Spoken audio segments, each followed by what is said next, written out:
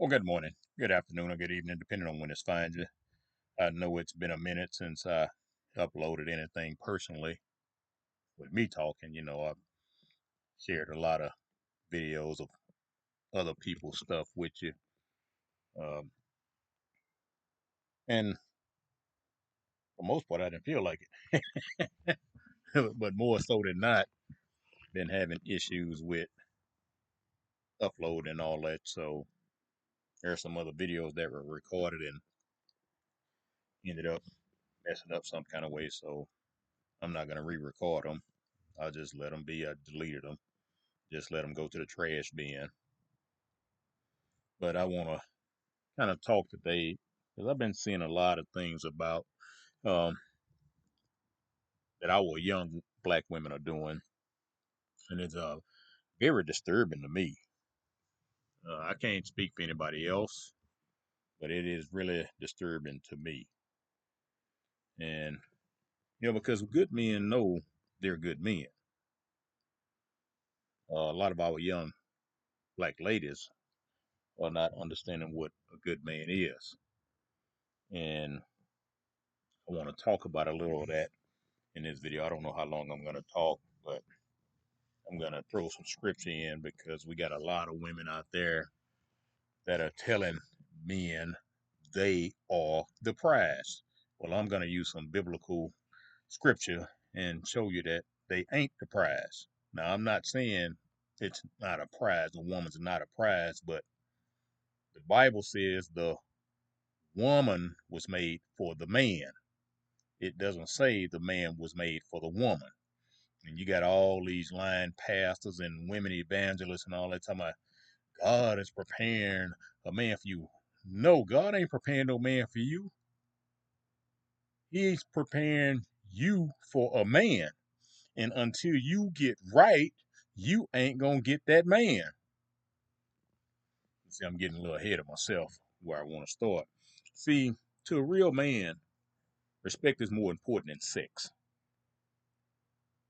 Men and women don't understand that. They think their looks and their tight bodies, up until age 30, 35 maybe, they can capture any man they want to because of outer appearance. Real men don't care about that. That might catch us in the beginning, but long term, we don't care about that.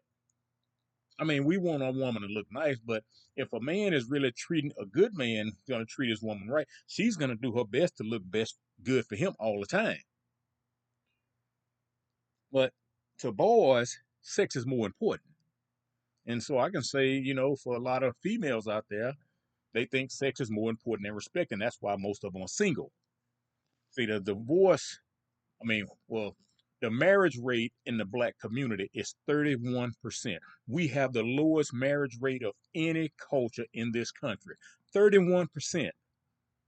And y'all think the men are the problem? Now, granted, there are some out there, but see, y'all let them white women doing the feminist movement tell y'all black men were oppressing y'all. But it wasn't the black men oppressing the black women. It's been the white men oppressing black women, white women, Asian women, Hispanic women. And they were still oppressing their white women when they ran with the feminist movement of the 60s was the fourth feminist movement that had been pushed by white women. But see, that was the first time they really captured black women because they knew utilizing black women during the civil rights era was the only way they was going to get that agenda passed. And y'all fell for it. And now we're seeing the results and side effects of that false feminist movement. They told you put your man out the house while they stayed married to theirs. And then some of them who weren't married told you put your man out, and then they stepped in and scooped them up. And we're seeing the side effects. Now y'all want to sit out here and talk about all these brothers getting these white gals. But did you know more black women marry white men than black men marry white women? Y'all don't want to talk about that though. See, the faster a woman learns that respect is more important than sex, the better off she's going to be. See, good men know they're good men. A lot of them tolerate poor behavior from a lot of women because they truly love those women. Sadly, a lot of women don't love them back. See, these men will stay with you with your poor behavior, and they're hoping and they're praying that one day you'll get yourself together because his love for you is that strong. See, the problem is a lot of women have chosen knuckleheads to sleep with and procreate with. And that's the issue. They let these types of men move into their homes, no employment. They give them their car to drive all day while they're at work, dry the gas out, go see his other woman. While she's at work, he eats up all the food in the house. He won't pick up the children from school. And she loves him because he's a male. And to her, with her mindset, a male body is better than no male body at all. See, she craves a male's attention, so she has no clue what a good man is. When she gets a good man, she abuses him because she has only made poor choices in men her entire life. And she knows that she doesn't deserve a man who treats her well because of her past experiences. So she does everything in her power to not only sabotage the relationship, but also destroy the man financially, mentally, and emotionally. She places no restrictions on knuckleheads, but the good man has to act like a seal at the circus and jump through all kinds of hoops to satisfy her never ending demands. Women, this man will eventually leave you, and you will once again enter the cycle of poor choices in men because good men from that time forward will see you coming and cross the street to avoid you. See, I'm seeing a lot of our young women, they want a rich man regardless of his character. And I saw a couple of young ladies say, when they were asked, what if this rich man treats you terrible? What if this rich man cheats on you on a regular basis? What if this rich man has a lot of side chicks?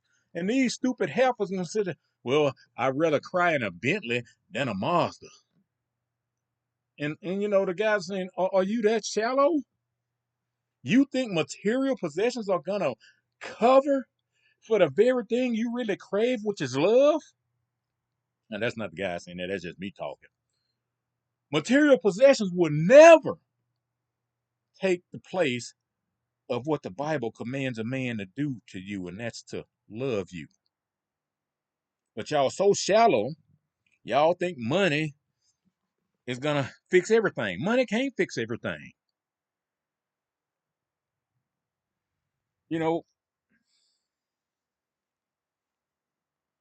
as I heard years ago, if you marry for money, you're definitely gonna earn it. See, good men understand love and loyalty. See, I can't speak for other cultures of women, but our young women have some jacked up mindsets. They want a man to pay their bills as boyfriend. Well, first of all, the Bible never mentions boyfriend. The Bible never mentions girlfriend. The Bible never mentions dating. When the Bible talks about relationship, it's always husband and wife. But they want a man to pay their bills as boyfriends.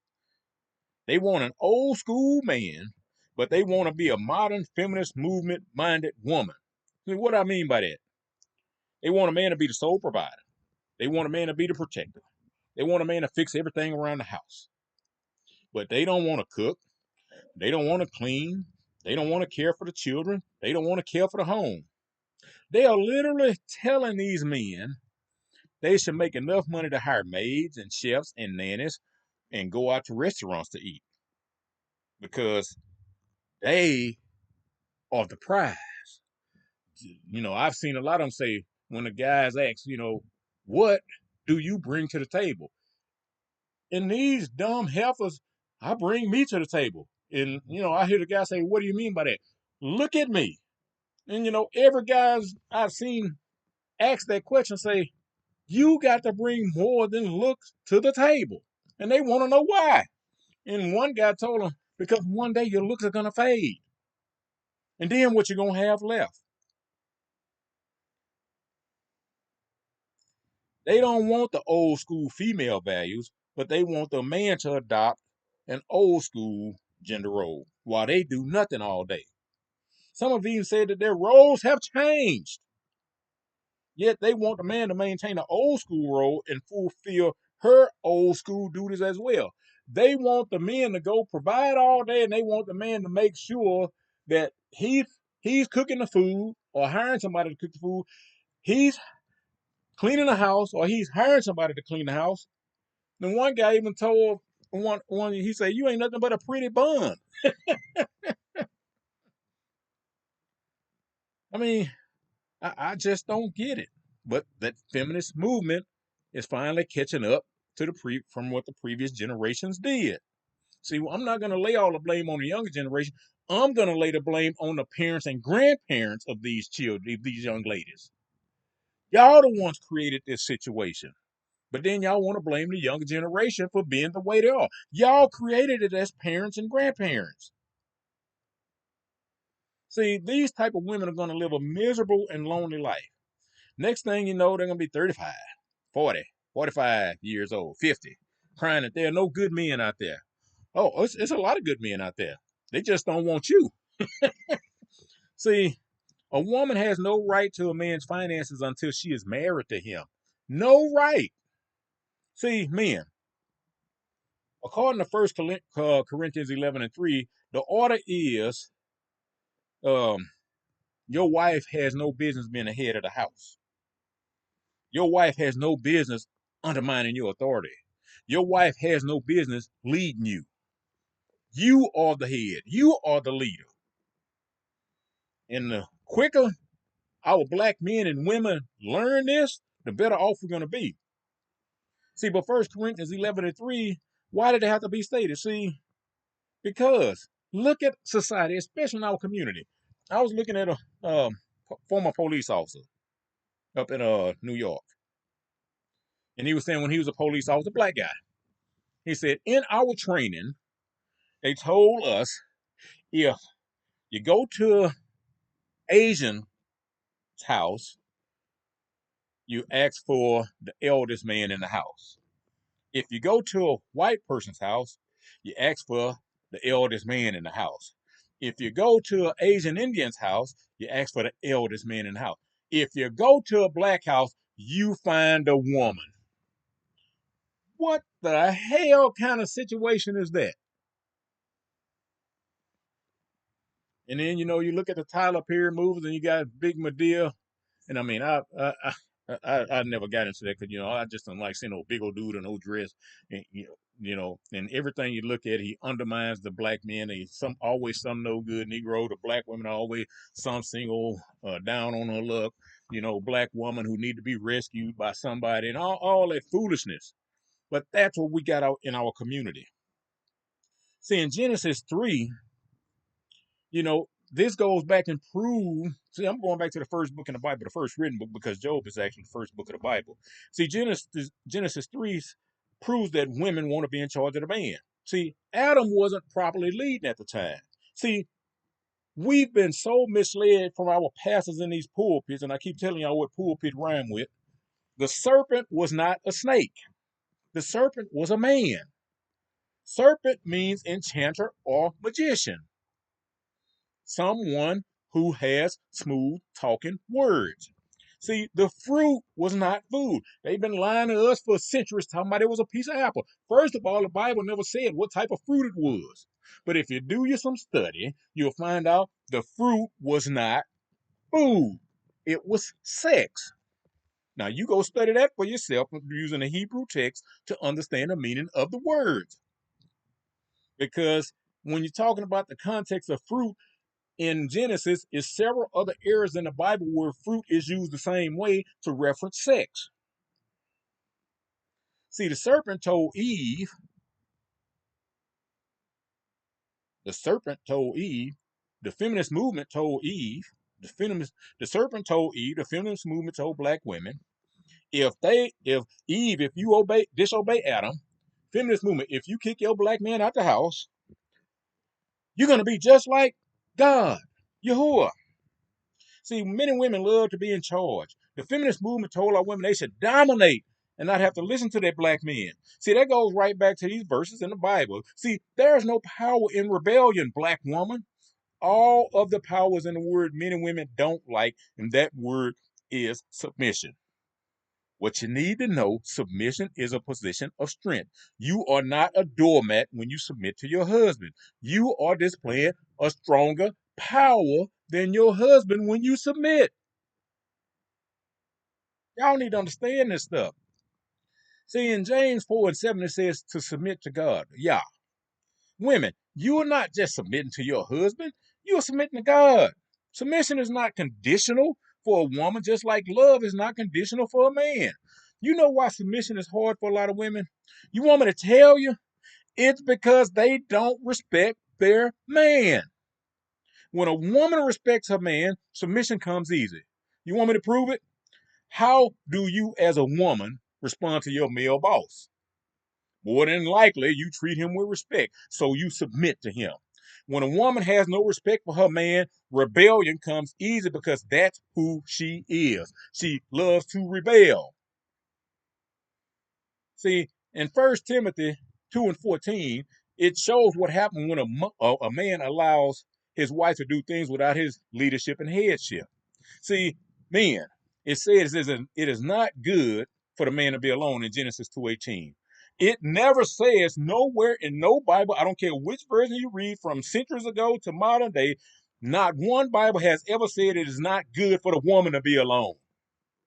I will make him a helper suitable for him.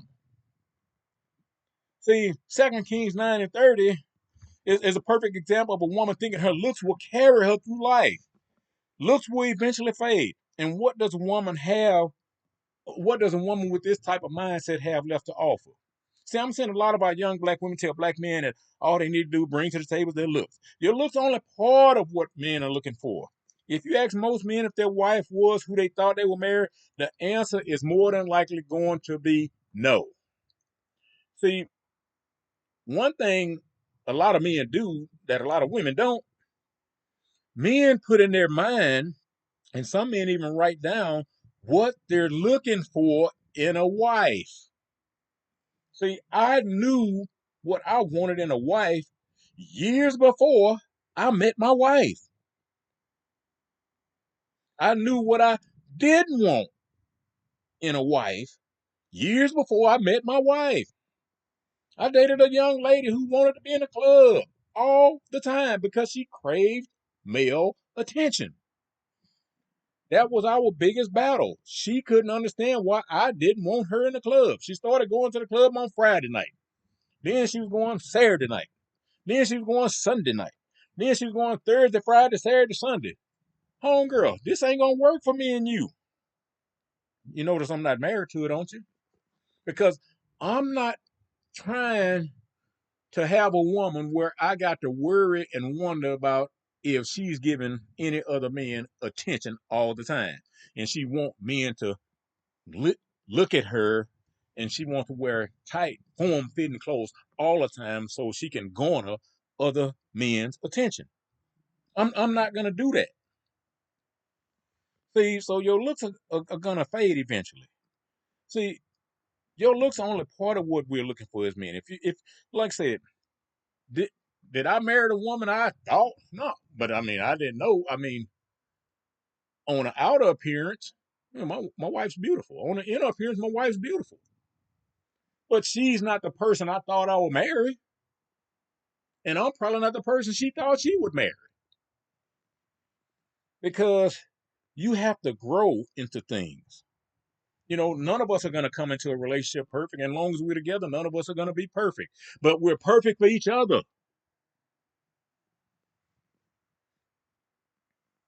Almost every one of us as men had a type of woman we were once attracted to. And we normally marry somebody totally opposite. I showed my wife some pictures of young ladies, I went out with, and she said, that doesn't even look like somebody, you would have went out with. I didn't always, nah, make no mistake, I didn't want to go out with no ugly people. But I didn't always look for looks when I went out with somebody. I wanted to go out with a package. I wanted a complete package. Somebody with character, integrity, and somebody who could respect me, even though we're not married, somebody that could respect me. But we normally marry somebody totally opposite because, why is that? Because we found out that our type in many cases was usually a self-centered woman who was combative in one form or another and will reject our leadership and headship. That's why we end up with somebody different. Like I told you about the young lady going to the club. I was talking to her one day and I was saying, hey, We talking about, oh, what are you? You the prophet Daniel or something? And so, you know, I knew that wasn't gonna work. See, if you go to Isaiah 4:1, I mean, I think I might even put it in the book. Uh, Isaiah 4:1 proves that men are the prize. See, in my study of my particular scripture over the years, all of the women in this scripture, in more cases, were career women. In more cases than not, they put everything else before marriage. They put everything else before children. See, these women had their own money. They had their own cars. They had their own houses. They had their own clothes. They had their own everything. They had their own bank accounts. Man couldn't tell them nothing during those years. They only used men for sex. And now that they all washed up, they want to be married. See, many times they also want what they call high value men that they overlooked when they thought they had it going on physically. See, these women in Isaiah 4:1 were so desperate that they said they would still cover all of their own expenses just to carry that man's last name. Men, you are the prize. See, men, stop letting these women lie to you. Your 1 Corinthians 11:9 shows that you are the prize, and she should be happy to have you. Did I say women weren't the prize? No, you never heard me say that. However, the woman was created for the man, not the other way around. See, as men, especially when we're young, we'll look at a woman who wears revealing clothes. I mean, that captures our attention. You know, we're visual beings. But at no point as men do we want our woman to wear revealing clothes. We don't want other men seeing our exclusivity. Women, y'all need to learn that. Males love for their woman to wear revealing clothing. Men don't. You see, males want every other man to see what he has. Men don't. Males want other men to think they cannot have her because she's his. Men know if his woman dresses conservatively, his threat from other men drastically reduces. And his woman does not want to do anything to draw unwanted attention to her body form to cause her husband any doubt about her respect and loyalty. See, a married woman who still wears revealing clothes and tight-fitting clothes will tell you she just likes to look good. In reality, what she's saying is she still craves attention from other men and has very little respect from her husband. In essence, what she's saying is she is telling other men she's still available. See, in the book of Sirach, one of the books they move on, Ecclesiasticus 36 and 21, it says a woman has to take any man as a husband, but a man must choose his wife carefully. You see, for women, they attract a lot of men because of their outer beauty. For men, they have to be careful who they choose because he is not just seeking a wife. He's seeking a helper, a nurturer, and someone who will be a great mother to his children, someone that would help him build a future. See, the book of Sirach is there's a lot of wisdom in the book of Sirach or Ecclesiasticus, and you can find that online. I actually just bought me a Bible, different Bible with those scriptures in and all the apocrypha in it as well. But see, in the book of Sirach 36:23, it says, if a woman is kind and gentle in her speech, her husband is the most fortunate of men. Women, y'all better stop listening to these lies about God is preparing a man for you. What God is doing is preparing you to receive a good man. What women need to understand is the thing most men require are free. Respect is free. If a woman can't give a man free respect, why should that man make her his wife and spend money on him? Why should he give her things that cost money if she can't give him something that's free? See, a real man is not going to put up with a combative woman. One of the things a real man is seeking in a mate is someone who will bring peace into his life. This is why many women who are attractive are single. They think their look grant them a certain status, which allow them to have expectations of a man, but they don't expect the man to have expectations of them. See, as you get older, your youthful look will age as well. However, your real beauty starts to show up as you age, and it's displayed in your countenance, your wisdom, your love for people, and your character.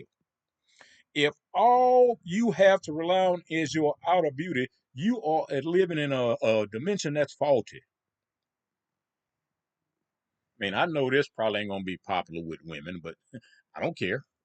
You know, we got 31% of our culture that's married in this country right now. Something's wrong somewhere.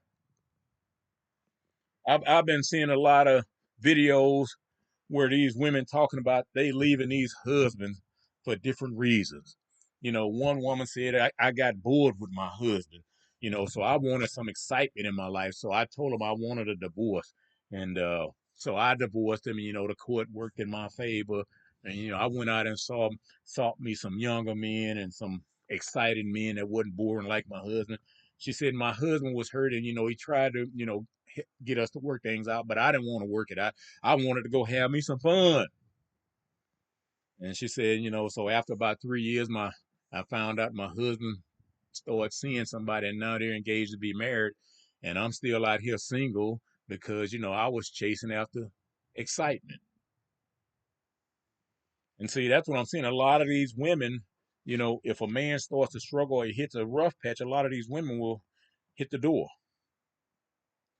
See, two different places in Proverbs. Proverbs 5:20, not 5:24, 25:24, and Proverbs 21:9. It talks about it's better to live in a corner of a rooftop than sharing a house with a contentious or quarrelsome woman. Women, your man is not looking to compete with you.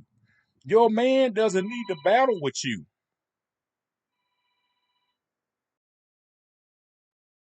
Sorry about that phone call. That was actually my wife calling. Where was I? What was I talking about? Living with a quarrelsome woman. I think over in Proverbs 19 and 13, it said a quarrelsome wife is like a constant dripping. 21 and 9, I think I mentioned that one already, didn't it? I think so.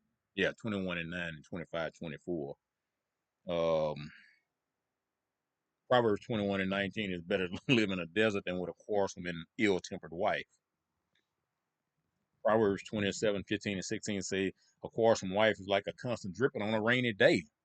Restraining her is like restraining the wind or grasping oil with the hand. See, we shouldn't have to restrain you as a woman. You should understand your role, your God given role. But the Bible is saying we're not going to deal with, I mean, I've seen some husband and wife relationship, and I'm like, man, how he staying married to her? And I just don't understand it. Like I've mentioned before, my wife and I were out of town, and, there was another couple we knew, and we were trying to decide where we are going to eat lunch at. And she just, the wife just started talking to her husband any kind of way. And he's sitting there meek and mild. And I just told him, I said, hey, I say, we're going to go find us somewhere to eat lunch. I said, and y'all figure out what y'all going to do. And as we walked by, I told my wife, I said, please don't ever do me like that in a public setting. I said, don't do me like that in a private setting either. I said, but definitely don't do that in front of other people. She said, I would never do you like that. She said, I don't think like that. See, what does the Bible mean when it says quarrelsome? What do quarrelsome women do constantly?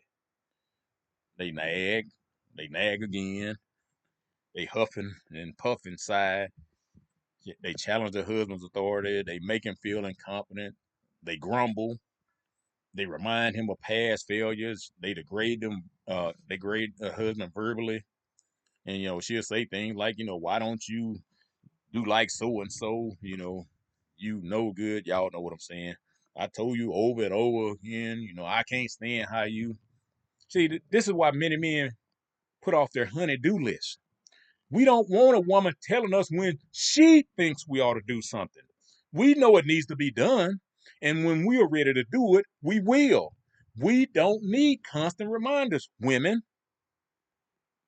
because y'all don't want us telling y'all when y'all should do something.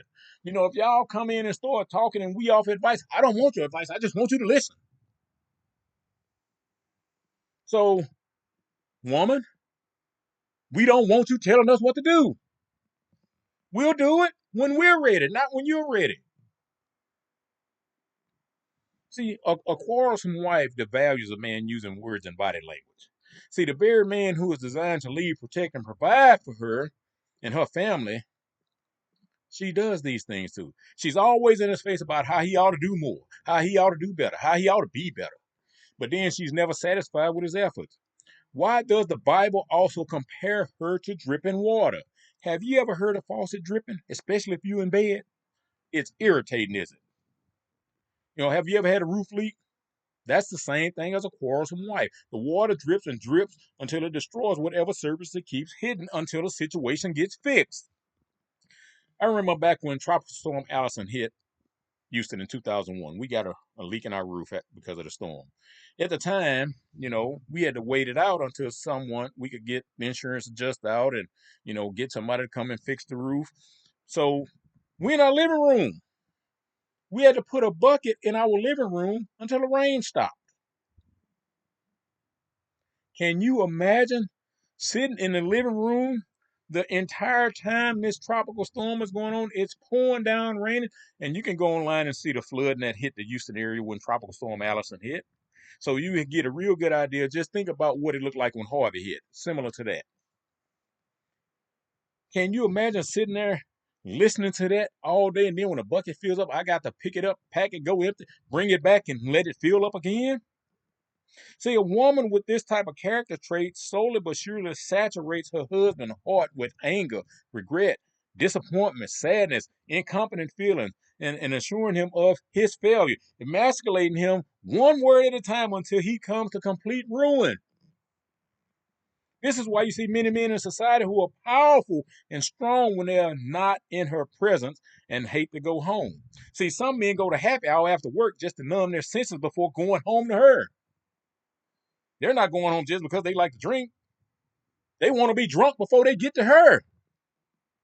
See, the alcohol helps them to cope. See, what many women like this don't realize is they not only make their men unhappy, their children start to hate them as well. And what a lot of women like this do, they start talking bad about the children's father. And when the children get old enough and close to adulthood, they start realizing mama was the problem. See, the other thing women don't realize is their entire behavior and mindset shows that they hate themselves, which is why they try to beat their man down. See, she wants to beat her man down because she hates herself, so she tries to make herself elevated while degrading her man to make herself feel good about being better than somebody else. And it's usually her man that she does it to. See, they'll bow down to a boss, which in most cases is another man. See, and show you that women are the problem. Women normally can't work for other women. Y'all are the problem. How many women have I seen say, I got a woman boss and she did it. Y'all don't know how to work together like that.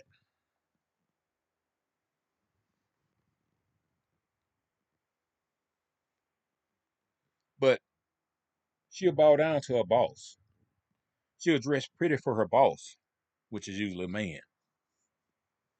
But she'll look broken down for her husband. Granted, the home is a place to relax. However, most women dress up a minimum 5 days a week for another man. And they only dress up for their husband when it's a special occasion. She smells good for the boss. She looks good for the boss. She respects the boss. Her husband, he has to earn her respect. He has to take her somewhere special for her to look and smell good. See, let me share something with you, women. See, the Bible is very clear on about unkind words. In Matthew 12 and 37, it talks about uh, words will lead to regret and condemnation. In Proverbs 15 and 1, it said, unkind words will stir up anger. In Proverbs 13 and 3, it said, unkind words will bring ruin. In Proverbs 18 and 19, it said, unkind words offend and separate. In Proverbs 25 and 10, it said, unkind words bring bad reputation. But the Bible is also very clear about what kind words do. Proverbs 16 and 24 said, kind words are healing to the bones. Job 4 and 4 said, kind words strengthen. Proverbs 15 and 1 said, Kind words turn away anger. Proverbs 31:26 said, kind words teach kindness itself. Proverbs 12:25 says, kind words make a heart glad.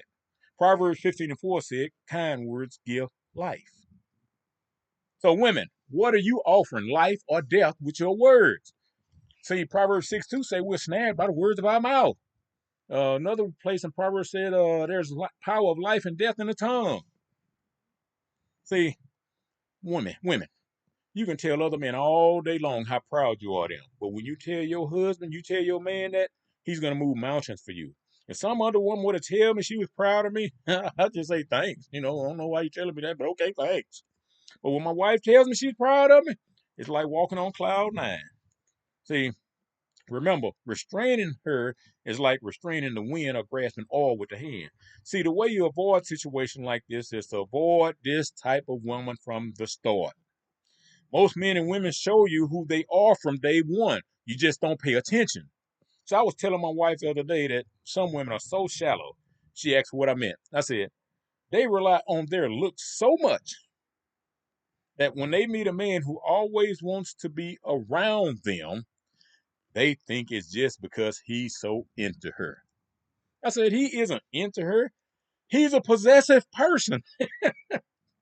And it will not take long to see the behavior show itself in him. And see, that works for some women too. Restraining her is like restraining the wind or grasping all with the hand. Yeah, and like I said, that's Proverbs, I think, 27:16.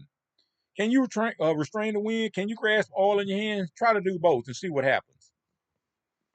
See, the wind is uncontrollable. It does as it pleases. It goes where it will. It shows no restraint. Holding all with your hands is virtually impossible. You can even grasp coconut oil in its solid state, but eventually it's going to melt, and all you're going to have is a slippery hand. See, even when the man's fingers are held tightly together, trying with all his might to hold oil, the oil is going to seep through. See, there are a lot of things said that can be said to improve and solidify your marriage. But for me personally, I think there are two words that carry more weight than all others. It's not the three words, I love you. No, it's not those three words. The two words are thank you. Thank you. Especially if he's someone who identifies as a black man, black woman. Thank you for going to work to provide for us and our family in a world that has never treated you right as a black man. A world that's never treated you fair as a black man. And just as a black man in most cases. Thank you for working overtime to put more resources in place for us. Thank you for making our yard look the best in the neighborhood.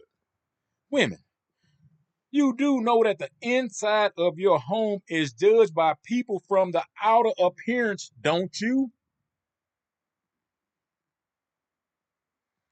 When I look at a yard that's unkept and it's a man and a woman live there, that tells me the man and the wife are not getting along with each other because the man knows people start looking at, when they come to your house, they looking at your yard and then they already making a judgment call. Oh, these people are junky.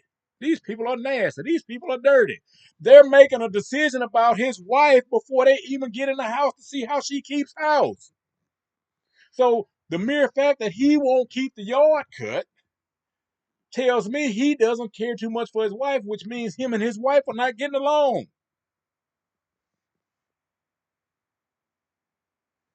See, y'all don't want to talk about that stuff. I remember, before I started battling my issues, a lot of weeks I would cut my yard twice a week because I really took pride in that. Like I said, my stepdad had me cutting yards, and I took pride in the way the outside of my house looked. And we're not in a rich neighborhood or anything like that, but seeing the yard kept up means somebody cares about where they live. And a lot of people don't understand that. They just don't miss that.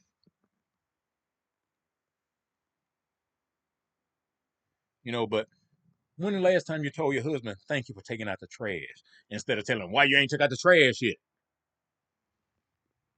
When was the last time you said thank you?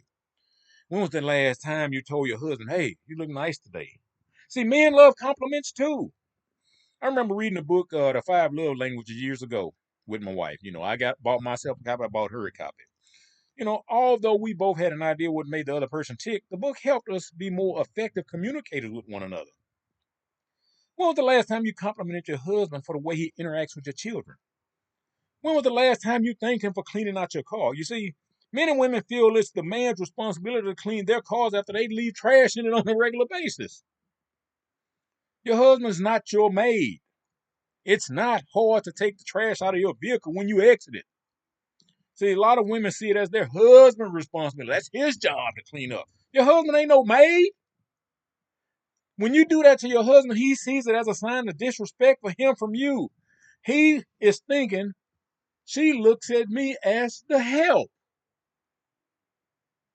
Now, men, never ever, never ever let a woman boss you around. A woman can be your partner, but never your master.